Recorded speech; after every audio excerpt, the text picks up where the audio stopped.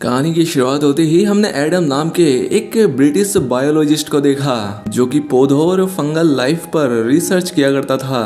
वो अपनी वाइफ और बेटे को लेकर एक रिमोट घर में जा रहा होता है जो कि एक इरिस विलेज है। दरअसल ब्रिटिश सरकार इस जंगल को काटना चाहती थी, लेकिन इस गांव के लोग चाहते हैं कि ये जंगल ना काटा जाए, इसलिए एडम को सरकार द्वारा जंगल की जांच करने के लिए भेजा गया है ताकि वो यहाँ पेड़ पौधों की जांच करके ये पता लगा सके कि किन पेड़ों को काटना सही होगा और किन्हें नहीं। खैर अब एडम अपने बेटे को लेकर पेड़ों के सैंपल लेने के लिए चला गया। खैर अब एडम जब जंगल में होता ही है कि तभी उसका डॉग तेजी से भौंकता हुआ घने जंगल में चला गया, इसलिए एडम भी उसके पीछे चला गया। उसने देखा कि वहाँ पर एक बहुत ही पुराना टूटा हुआ घर है और जब वो उस घर के अंदर गया तो उसने देखा कि दीवार के साथ एक मरा हुआ हिरन चिपका पड़ा है। जब उसने उस हिरन को हटाया तो देखा कि उसके शरीर से काले रंग का एक अजीब किस्म का पदार्थ निकल रहा है, इसलिए एडम उस चीज का भी सैंपल ले लेता है। वहीं दूसरी तरफ एडम की वाइफ को दिखाया गया जो कि घर की सफाइयों में लगी हुई थी और तभी यहाँ पर इस जगह का कोल्म नाम का एक लोकल आदमी अपने बेटे के साथ आ पहुंचा। वो एडम की वाइफ से कहता है कि मैंने तुम्हें पहले भी समझाया था कि यहाँ मत आओ, ये जगह खतरनाक है और तुम्हारा बच्चा छोटा है, तुम्हें उसके बारे में तो कम से कम सोचना ही चाहिए था। दरअसल ये एडम और उसके परिवार के यहाँ आने से खुश नहीं था। एडम की वाइफ ने कहा कि मेरे हस्बैंड फिलहाल घर पर नहीं है, आप इस बारे में उनसे बात करना, इसीलिए कोल्म अपने बेटे को लेकर यहाँ से चला गया। खैर जब एडम घर आया तो उसकी वाइफ ने उसे कोल्म के बारे में बताया, जिस पर एडम उससे कहता है कि वो चाहता है कि हम लोग यहाँ से चले जाएं, वो हमें बस डरा रहा है। खैर अब एडम जंगल से जो वो काले रंग का सब्सटेंस लेकर आया था वो उस पर रिसर्च करने लगा। उसने देखा कि उसके अंदर जो सेल्स होते हैं वो अपने आसपास के मौजूद बाकी सेल्स को मार रहे थे और तभी एडम की वाइफ ने यहाँ आकर एडम से कहा कि हमारे बेटे के बेड पर कुछ काले रंग की चीज गिर रही है। एडम तुरंत वहां पर गया लेकिन वहां पर कोई भी काले रंग का पदार्थ नहीं होता, इसलिए वो अपने बेटे को सुलाकर वापस नीचे आ गए और तभी इनके बेटे की रोने की आवाज आती है। ये लोग तुरंत भागकर ऊपर जाते हैं लेकिन किसी ने जल्दी से दरवाजा बंद कर दिया। लेकिन ये लोग किसी तरह से दरवाजा खोलकर अंदर चले गए तो पाया कि इनका बेटा रो रहा है और साथ ही खिड़की भी टूटी हुई थी। इन्हें लगा कि ये गाँव वालों ने किया है, इसलिए इन्होंने पुलिस को बुला लिया और उन्हें ये भी बताया कि आज कोल्म आया था, क्योंकि इन्हें लग रहा था कि उसी ने किया होगा। पुलिस वाला कहता है कि नहीं ऐसा कुछ नहीं है, दरअसल कुछ दिन पहले कोल्म की बेटी जंगल में गुम हो गई थी और इस गांव इस विलेज के लोगों का ऐसा मानना है कि जंगल में एक क्रीचर रहता है जिसका नाम हेलो है। वो लोगों को मार देता है और बच्चों को अपने साथ उठाकर ले जाता है और कोल्म बस बेचारा ये नहीं चाहता कि जिस तरह से उसकी बेटी गायब हुई तुम्हारा बेटा भी गायब हो जाए, इसलिए वो तो बस आपको वार्न कर रहा है। और जहाँ तक इस खिड़की टूटने का सवाल है तो आपका घर इस जंगल के बीच में है, कोई छोटा जानवर या पक्षी ना आकर इसे तोड़ दिया होगा, डरने की कोई जरूरत नहीं है। लेकिन एडम को अभी भी कोल्म पर ही शक है कि ये सब उसी ने किया है, इसलिए वो बाहर आकर टूटी हुई खिड़की की फोटो लेता है और तभी वो देखता है कि उसके पीछे अंधेरे में कोई है। वो उस जगह की भी फोटो लेता है और जब उसने देखा फोटो की फ्लैश जलती है तो वहां पर एक अजीब सा शैतानी क्रीचर बैठा था और अगले ही पल उसका डॉग भी स्टोर की तरफ देखकर भौंकने लगा। एडम स्टोर चेक करने गया लेकिन वहां पर कोई भी नहीं होता। खैर अब अगली सुबह एडम अपनी बेटी को लेकर मार्केट आ जाता है ताकि वो नई खिड़की खरीद सके, लेकिन यहाँ के शॉपकीपर ने उससे कहा कि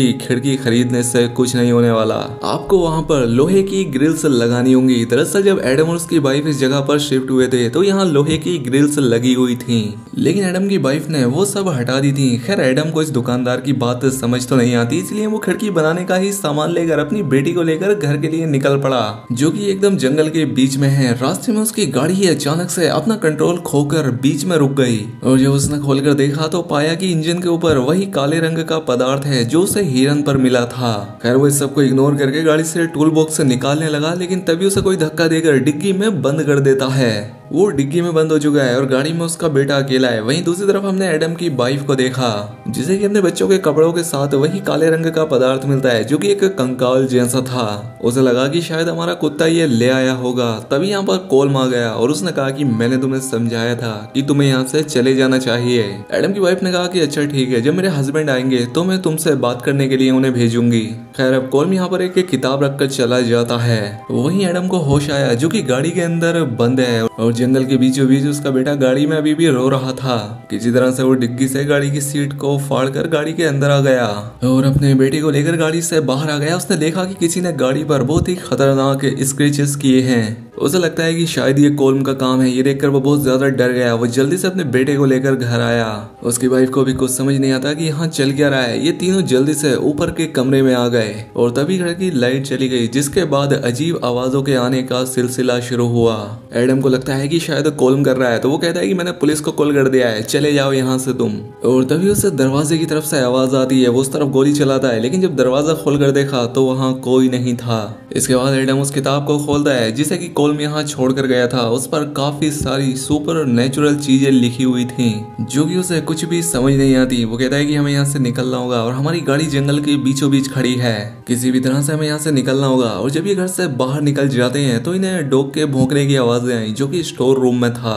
एडम जब स्टोर रूम में गया तो देखा कि डॉग की एक आंख बहुत लाल हो गई है। उसे लगा कि कोल्म ने ही इसे पीटा है। इसके बाद ये सब लोग जल्दी से गाड़ी की तरफ निकल पड़े और जब ये लोग गाड़ी के पास पहुंची जाते हैं कि तभी इनका डॉग रुक गया। वो गाड़ी की तरफ देखकर भौंकने लगता है। दरअसल सामने एक साया होता है, जिसके बाद वो डॉग उसका पीछा करना शुरू कर दिया।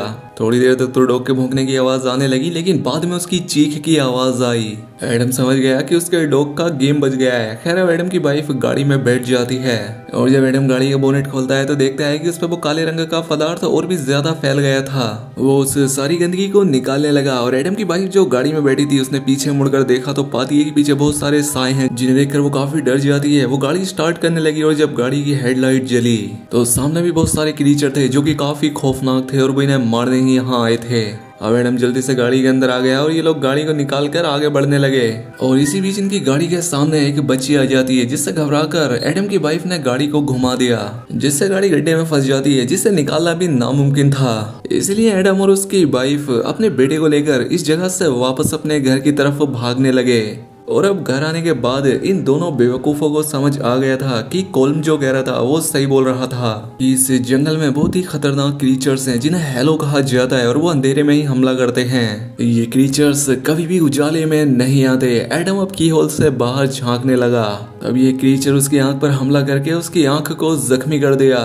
एडम अपने बेटे और वाइफ को ऊपर एटिक में छिपा देता है क्योंकि वो जानता था कि सुबह तक उसे किसी भी तरह से अपनी फैमिली को बचाना है।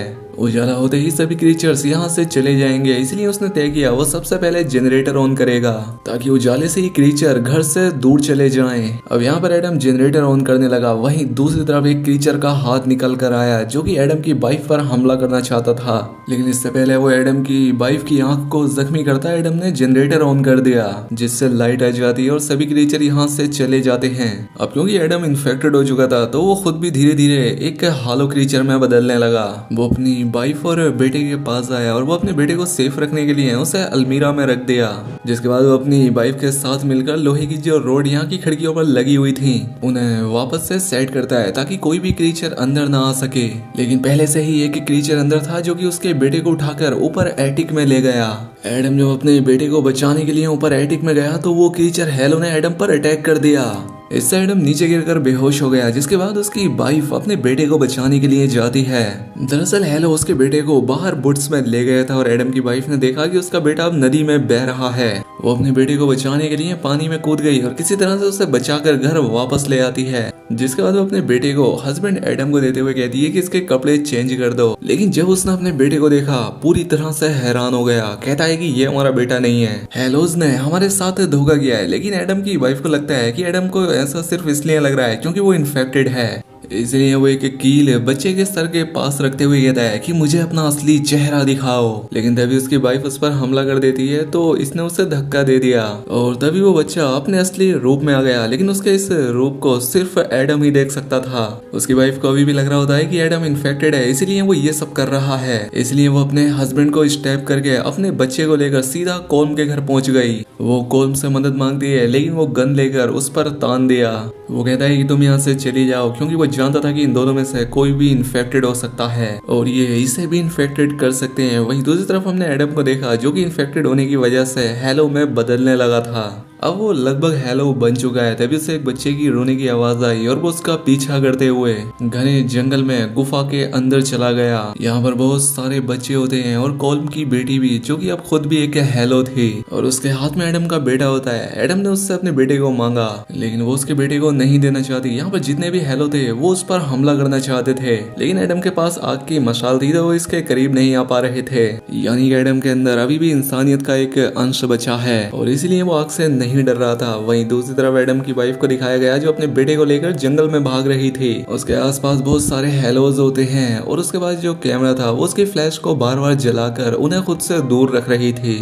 लेकिन तभी वो एक जगह से नीचे गिर गई, जिससे उसके कैमरे का फ्लैश खराब हो गया। और इससे पहले हेलो से मारने के लिए उसके करीब आते एडम अपने असली बेटे को लेकर यहाँ पहुंचा। वो कहता है कि तुम्हारे पास जो बच्चा है वो सिर्फ हेलोस की एक चाल है, क्योंकि वो हमारे बच्चे को हासिल करना चाहते थे, इसलिए उन्होंने हमें जाल में फंसाया। वो किसी तरह से अपनी वाइफ को मना ही लेता है। लेकिन तभी यहाँ पर एक बड़ा सा हेलो क्रीचर आ गया जो कि एडम की वाइफ पर हमला करना चाहता था, लेकिन एडम उसे मार देता है। और ये सब देखने के बाद एडम की वाइफ जो बच्चा एडम लेकर आया था उसे लेकर यहाँ से निकल जाती है। हालांकि हेलोज अभी भी उसका पीछा कर रहे थे, लेकिन अब सूरज उगने लगा था, जिस वजह से सभी हेलोज अपनी गुफाओं में वापस लौट गए। वहीं हमने एडम को देखा जो कि अब मारा जा चुका था, और वो बच्चा जो एडम की वाइफ ने उसे दिया था, यानी जो उसने बदला था, वो हकीकत में एक हेलो ही था, क्योंकि वो धूप से जलकर खाक हो गया।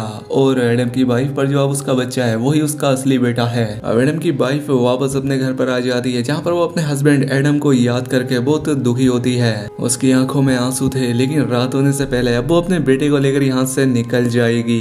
वही आखिरी सीन में हमें जंगल दिखाया जाता है, जिसे कि अब लोग काट रहे थे, यानी कि पेड़ों की कटाई अब यहाँ शुरू हो गई है। और बहुत सारे पेड़ों में वो काला पदार्थ भी होता है, जिसकी वजह से ये फंगल इन्फेक्शन होता है, जिससे इंसान हेलो में बदल जाता है। और अब ये कटे हुए पेड़ जहाँ जहाँ जाएंगे ये इन्फेक्शन वहां पर फैलता जाएगा, यानी उन जगहों के लोग हेलोज में बदलने लगेंगे।